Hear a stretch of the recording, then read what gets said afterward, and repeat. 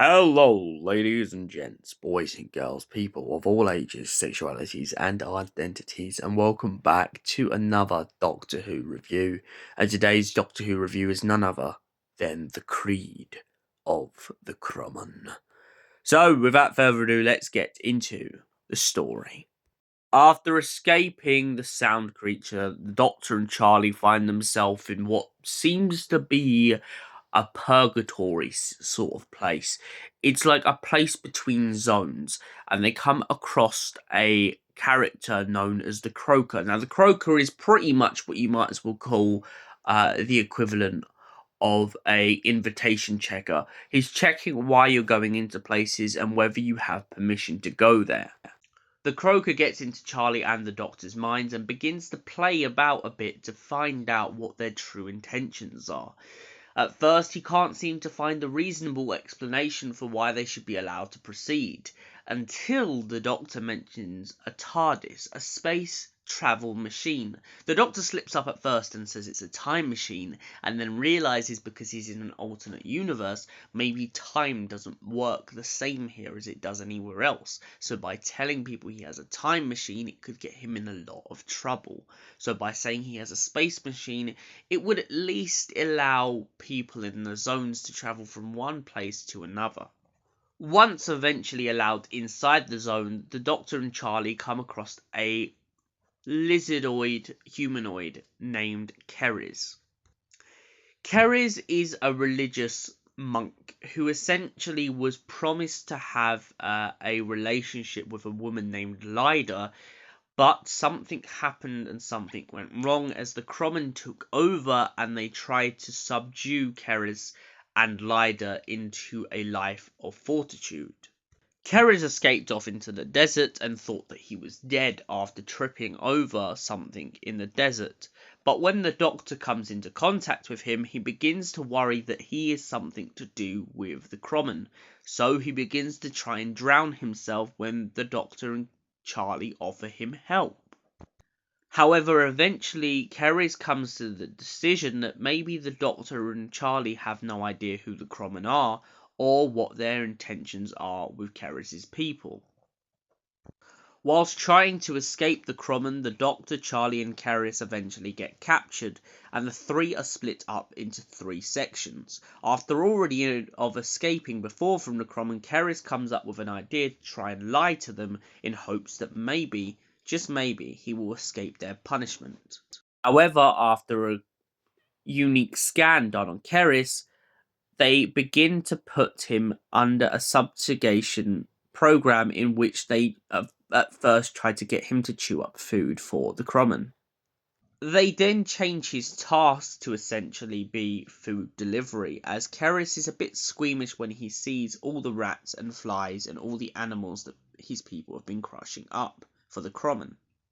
Elsewhere, the Doctor and Charlie are split up into two sections. Charlie has been sent to the incubation room to become a queen for the Kromon. However, the Doctor in another room has been used as a scientific advisor to help the Kromon learn about space travel.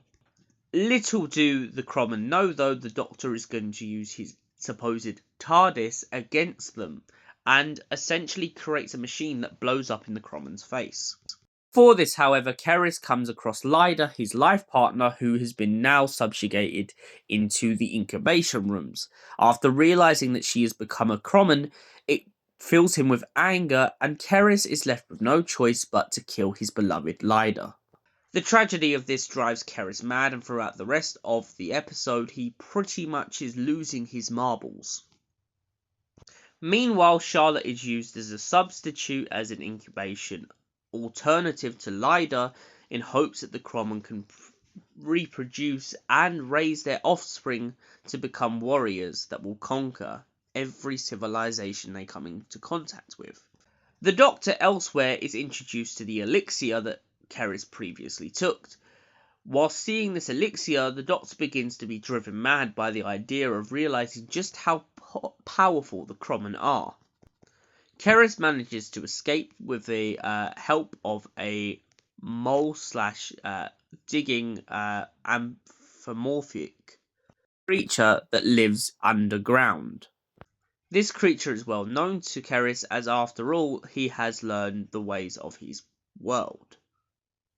Eventually they team up with the Doctor after the explosion to try and save Charlotte from the incubation process. However, Keris fears that after what happened to Lyda, there's no point in saving Charlotte's life, and instead they must take hers to save her from the pain and agony that she will endure. Even though this is a very cynical view and the Doctor disapproves of it, he can see where Keris is coming from, and of course the pair of them begin to go and help Charlotte and help decommission the Kromon's domes. After beating the Kromon, it turns out that the anthropomorphic creature that digs under the ground that Keris knew has helped his fellow brethren take over the rest of the domes, pretty much putting the Kromon at a standstill. After Lyda's death, Keris decides that he wants to travel along with the Doctor and Charlotte, as he believes there must be more to his life than whatever happens in, as the Doctor describes it, the Zone. Once the Doctor leaves the Zone, however, he ends up back talking to the Croaker, and the Croaker begins to question the Doctor's motives for taking Keris with him, not because Keris is necessarily too unreliable, but even though Keris is a religious monk, it also begins to beg the question: if he was willing to kill Lyda, what says that he will not turn on the Doctor and Charlotte? Although the Doctor begins to question this at first, he then begins to think to himself maybe he does choose his friends wisely, so he will be keeping an eye on Keris. However, he will also give him a little bit of the benefit of the doubt, due to the circumstances in which Keris was forced to kill his life partner. So, the Creed of the Kromon. It is a very dark beginning to a new series. And I love it so much because, one, Keris doesn't feel human at all.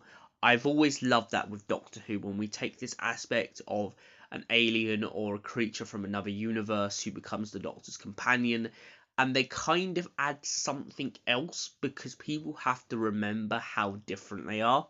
There's a beautiful moment in this audio in which Keris is pretty much hidden under the sand. Because he's lizard-like, he can kind of blend in with his surroundings.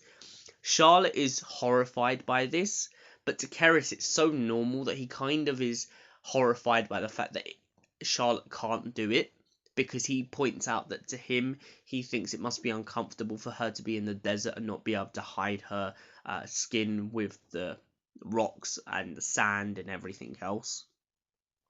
Charlotte describes Keris as a bit of a dust demon, which Keris kind of is a bit offended by, but he kind of brushes it on the shoulder, as he doesn't really know Charlotte and he can't really take it too personally.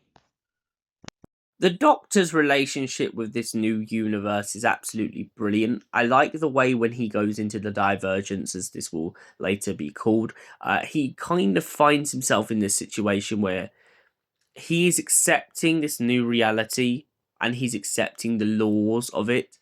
And I like that when Keris asks the Doctor in this audio whether he's scared of the Kromon, the Doctor's like, yeah, these creatures are from this universe of yours. They could most probably dominate half the things in my universe. That scares me because they can evolve so quickly. So let's get to the scoring cards. What do I score the Creed of the Kromon out of 10?